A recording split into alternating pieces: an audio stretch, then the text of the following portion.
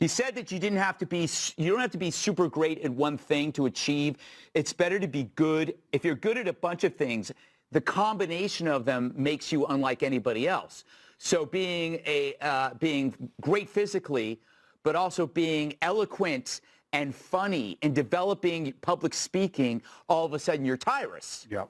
You're not just this athlete. And it's like his idea of talent stack, everybody should be thinking about. He, to me, is the ultimate alpha male. Yeah. And a lot of people will look at his stature and be like, what are you talking about? It's not about his bench press, but the way he led his life as a man. It's very hard to be a narrator on the human condition without getting emotionally involved. And to me, he was a narrator for this time. When we look back in history, they will call him a scholar because he was able to talk about things. You never saw him fired up. He never got personal because he was just telling it like it is. And it's not an easy thing to do.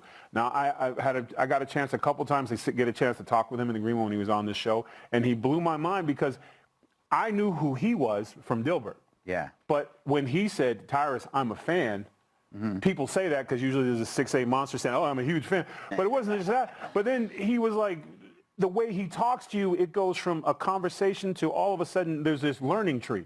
Yeah. And everything he says, you don't understand it then. He's one of those guys when you walk 10 feet away from him, you're like, oh, hey, come back here. Because he says, he plants seeds in your head. He doesn't push.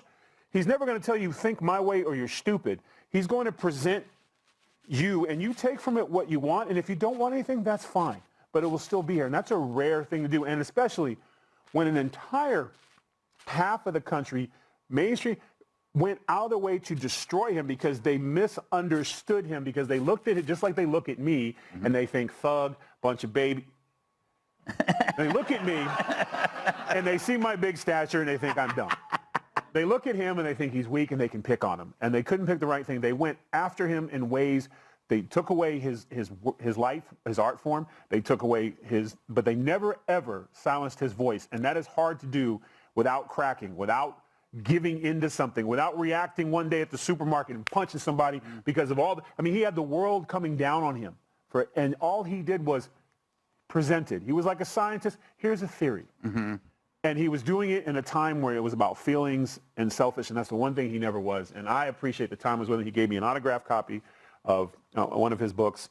And when he asked for mine, I was like, it's like watercolors to Picasso, bro. And he was like, but he was like, no, I'm a big fan.